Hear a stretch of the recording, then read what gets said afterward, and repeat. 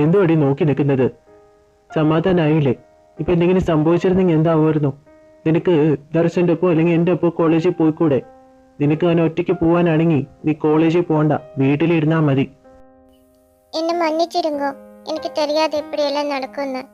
தெரிஞ்சிருந்தா நான் பண்றேன். இனி இப்படி பண்ண மாட்டேன். உங்க கூட தான் நான் காலேஜுக்கு போவேன். ഈ സമയത്ത് മാത്രമേ നിനക്ക് തമിഴ് വരത്തുള്ളൂ.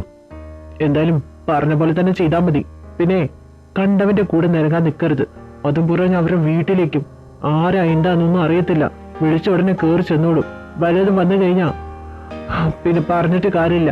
മനസ്സിലുണ്ടല്ലോ. ദർശനമുള്ളത് ഞാൻ കൊടുത്തിട്ട് വരാം. എടാ, എനിക്കറിയില്ലായിരുന്നു ഇങ്ങനെയൊക്കെ സംഭവിക്കുന്നത്. ഞാൻ അവരുടെ മുന്നേ പറഞ്ഞതാ എന്റെ ഇപ്പൊ പോയാൽ മതിയെന്ന്. ദർശ ഇനി ഇതുപോലെ ആവർത്തിക്കരുത്. പിന്നെ അവളെ ആരെ രക്ഷിച്ചാ ആ ചെറുക്കൻ്റെ ഡീറ്റെയിൽസ് തപ്പിയെടുക്കുക ഈശാന്റെ അടുത്ത് പറയണം. എനിക്ക് ആ ചെറുക്കനെ കണ്ടിട്ട് അത്ര അങ്ങ് പിടിച്ചിട്ടില്ല. ഇനി അവൻ മുഖേന എന്തെങ്കിലും പ്രശ്നം വരുമെന്ന് അറിയില്ലല്ലോ. എന്താ രണ്ടുപേർക്കിടയില് എന്തിനാ സാധനം നമ്മൾ ഇങ്ങനെ പ്രൊട്ടക്ട് ചെയ്യുന്നത്? വല്ല കൂട്ടിലടച്ച് കിളിയെ പോലെ ആ കുട്ടീനെ ഇട്ടിട്ട് എന്ത് കിട്ടാനാ നിങ്ങൾക്ക്? എന്തെങ്കിലും പ്രശ്നമുണ്ടോ? രണ്ടുപേരും എന്തെങ്കിലും ഒളിക്കുന്നുണ്ടോ? അമ്മയ്ക്ക് അറിഞ്ഞൂടെ? ഞങ്ങളെ ഏൽപ്പിച്ചിട്ടല്ലേ ആന്റി ഞങ്ങളും പോയിക്കുന്നേ. അവൾക്ക് എന്തെങ്കിലും സംഭവിച്ചു കഴിഞ്ഞാൽ അതിന്റെ ഉത്തരവാദിത്തം ഞങ്ങൾ ഏറ്റെടുക്കേണ്ടി വരും. അതുകൊണ്ടമ്മ നിങ്ങൾ ചെയ്യുന്നതിനൊന്നും ഈ അച്ഛൻ ഇടപെടുന്നില്ലെന്ന് കരുതിയിട്ട് ഇവിടെ നടക്കുന്നൊന്നും ഞാൻ അറിയുന്നില്ല എന്ന് നിങ്ങൾ വിചാരിക്കരുത്. രണ്ടുപേരും കൂടി തർക്കിക്കുന്നതൊക്കെ ഞാൻ കേട്ടത് തന്നെയാണ്. എന്തെങ്കിലും പ്രശ്നമുണ്ടെങ്കിൽ ഇപ്പൊ പറയണം, അല്ലാതെ മൂടിയൊക്കെ. അച്ഛാ, സാറിന്റെ നാട്ടിൽ പുതിയതല്ലേ, അവൾക്ക് ഇവിടത്തെ കുറിച്ചൊന്നും അറിയില്ല. അതുകൊണ്ടാണ് ഞങ്ങൾ രണ്ടുപേരും ഇങ്ങനെ. വേറെ ഒന്നുമില്ല.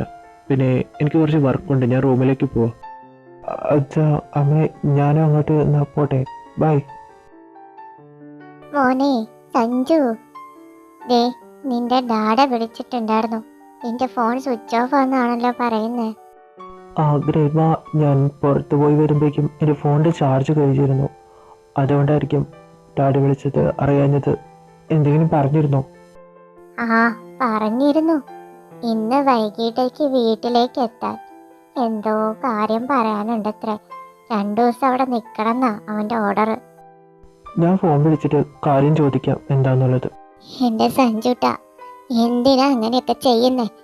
അവനെ ദേഷ്യം പഠിപ്പിച്ചറിയാലോ. അവൻ ഇവിടെ വരും. പിന്നെ നിന്നെ എനിക്ക് കാണാൻ വയ്യ. എൻ്റെ മക്കള് തമ്മിൽ തല്ലി ചാവുന്നത്. ചെല്ല്, കാര്യം എന്താന്ന് അറിഞ്ഞിട്ട് വാ നീ. ശരി ഗ്രാൻഡ്മ, ഞാൻ പോയി കാര്യം അറിഞ്ഞിട്ട് വരാം.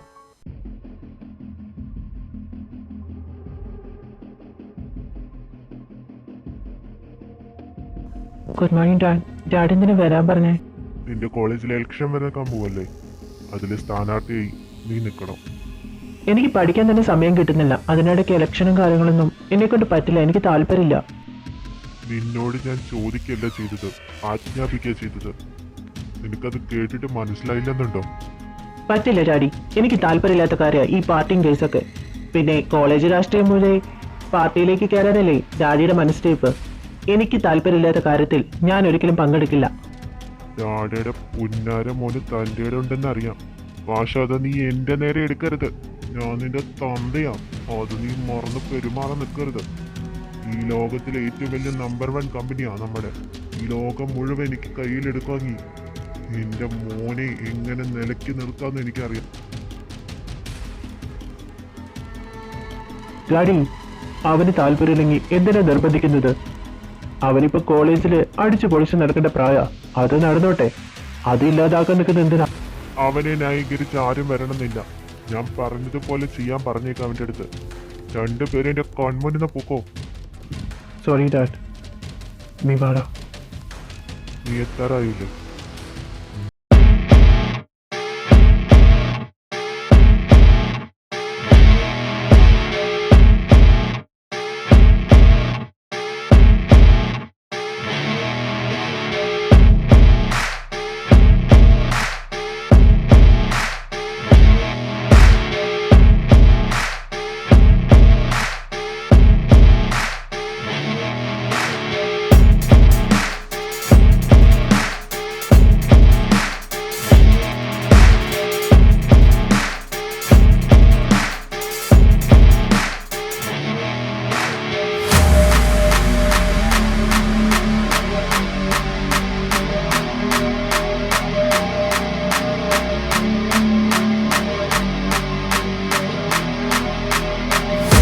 Very dad, I will handle this. Sanju, എന്താ നീ ഇങ്ങനെ? റിലാക്സ് ആയിട്ടിരിക്കെ, ഞാൻ ഡാഡിനോട് പറയാം. മഹിയുടെ പറഞ്ഞു കഴിഞ്ഞാൽ ഡാഡി കേൾക്കും തോന്നുന്നുണ്ടോ? വെറുതെ ഞാൻ കാരണം നിങ്ങൾ തമ്മിൽ വഴക്കുണ്ടാവണ്ട. മിസ്റ്റർ നാഗേന്ദ്രവർമ്മയ്ക്ക് ഓരോ ഡിസിഷൻസ് ഉണ്ട്, അത് മറ്റുള്ളവരെയിൽ അടിച്ചേൽപ്പിക്കാൻ അറിയൂ. നമ്മുടെ മനസ്സിൽ എന്താണെന്നും നമ്മൾ എന്താ ആഗ്രഹിക്കുന്നതെന്നും അങ്ങേർക്ക് അറിയേണ്ട ആവശ്യമില്ല. ഏട്ടൻ വെറുതെ പറയാൻ നിൽക്കണ്ട.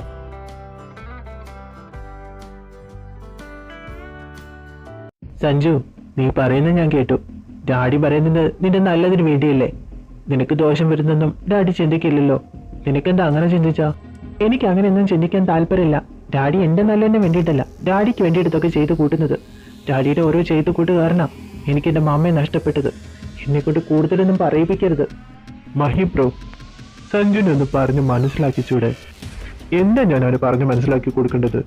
കൂടെ നിൽക്കുന്ന സുഹൃത്തായാൽ പോലും അവന്റെ കഴുത്തറുത്തിട്ട് വേണമെങ്കിലും വിജയം നേടാൻ ശ്രമിക്കണമെന്നോ? നീയും ഡാഡി അതൊക്കെയല്ലേ ചെയ്യുന്നത്? അതാണോ ഞാൻ മനസ്സിലാക്കി കൊടുക്കേണ്ടത്? എനിക്ക് കോള് വരുന്നു, പോണം. ബായ്.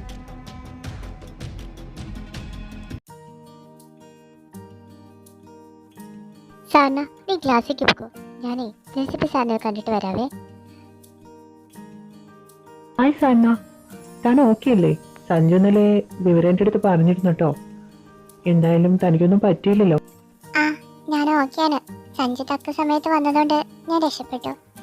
സഞ്ജു വന്നില്ലേ? ആ, അവൻ 2 ദിവസത്തേക്ക് വരത്തില്ല. അവൻ്റെ ഡാഡി വിളിച്ചിട്ടുണ്ടായിരുന്നു. അപ്പോൾ അവൻ അങ്ങ് വീട്ടിൽ പോയിക്കുവാ. അതുകൊണ്ട് 2 ദിവസത്തേക്ക് ക്ലാസ്സിലുണ്ടാവില്ല.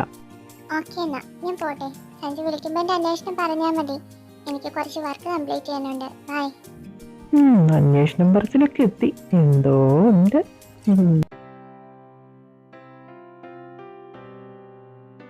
ഈ നേരത്തെ ആരെയാ വിളിക്കുന്നത്? ഹലോ. ആ ആ നീരജ്, നീരജ് നീയോ? ഹലോ ഹലോ, ഒന്നും കേൾക്കുന്നില്ല. ഹലോ.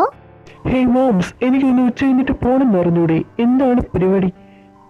ഫോൺ കട്ടാക്കിയിട്ട് ആരോടാ ഹലോ ഹലോ പറയുന്നു? എടാ, ഇപ്പോൾ ഒരു കോള് വന്നിരുന്നു. ഫോൺ എടുത്ത് ഹലോ ചോദിച്ചപ്പോൾ നീരജയാണെന്നാ പറഞ്ഞത്. നീരജയാണെന്നും പറഞ്ഞിട്ട് ബാക്കി എന്തും പറയുന്നത് എനിക്ക് മനസ്സിലാവുന്നുണ്ടായിരുന്നില്ല. പിന്നെ ഫോൺ കട്ടാവുകയും ചെയ്തു. സാധനം പോലെ നീരജ് വിളിച്ചിട്ടുണ്ടാവില്ലേ?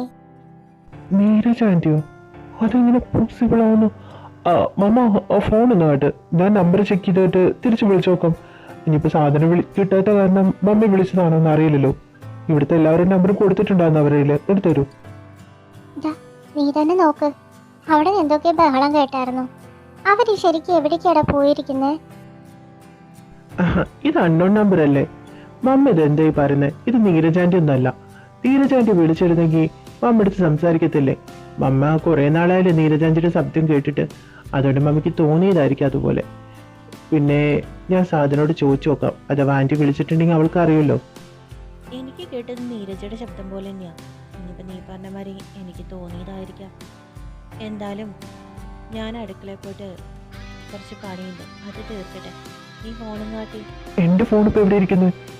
കാണുന്നില്ല. ആവശ്യ സമയത്ത് ആകട്ടെ. ഫോൺ എടുക്കാത്ത എന്താ? അതേവാ ഞാൻ ദർശന. എടാ, മമ്മയുടെ ഫോണിലേക്ക് ഒരു കോൾ വന്നിട്ടുണ്ടായിരുന്നു. മമ്മ പറഞ്ഞത് നീരജാൻ്റെ എന്നാ. നമ്പർ അൺനോൺ നമ്പറാ. ആ, നമ്പർ ഞാൻ നിനക്ക് വാട്സപ്പ് ചെയ്ത് തരാം. നീ അതിൻ്റെ ഡീറ്റെയിൽ ഒന്ന് നോക്കി നോക്ക്. Okay okay. ആ, ഞാൻ ശ്രദ്ധിച്ചോളാം. ഓക്കെ.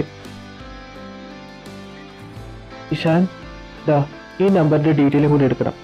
ഞാൻ മുന്നേ തന്നെ ഒരു സഞ്ജയിനെ കുറിച്ച് ഡീറ്റെയിൽസ് ചോദിച്ചിരുന്നു. ഇതുവരെയായിട്ട് അതിൻ്റെ റിപ്പോർട്ട് വന്നില്ലല്ലോ. ഓ, ഞാനെന്താ കുപ്പിന്ന് വന്ന പോലെ ഭൂതമാണോ? തീരുമ്പോൾ പണി നിന്നുകൊണ്ടിരിക്കാൻ. ഞാൻ ആ ഡീറ്റെയിൽസ് ഒക്കെ എടുത്തു വെച്ചിട്ടുണ്ട്. ഇതെന്തപ്പോൾ കുറച്ച് നാളായിട്ട് ഓരോരുത്തരുടെ ഡീറ്റെയിൽസ് എടുക്കൽ തന്നെയാണല്ലോ. സത്യത്തിൽ ഇവരുടെ കേസൊന്നും നമ്മുടെ ഇല്ലതാനോ? പിന്നെ എന്തിനാ ഡീറ്റെയിൽ ഒക്കെ എടുക്കുന്നത്? എത്രാമത്തെ പ്രാവശ്യം സഞ്ജുവിൻ്റെ ഡീറ്റെയിൽസ് ഇതാ ഈ ഇരിക്കുന്നു. സഞ്ജു പറയുന്നതായിട്ട് ഇതൊന്നും നിന്റെ അനിയനാണെന്ന്. ദേ, ഭാരിച്ച കാര്യങ്ങൾ നോക്കാതെ പറഞ്ഞ കാര്യങ്ങൾ ചെയ്യും. അതിനാ നിനക്ക് ശമ്പളം തന്നെ ഇവിടെ നിർത്തിയിരിക്കുന്നത്. മനസ്സിലായോ? പോയി ഡീറ്റെയിൽ എടുത്തിട്ട് വാടാ. ഓ, ഞാൻ പോവുക തന്നെയാ.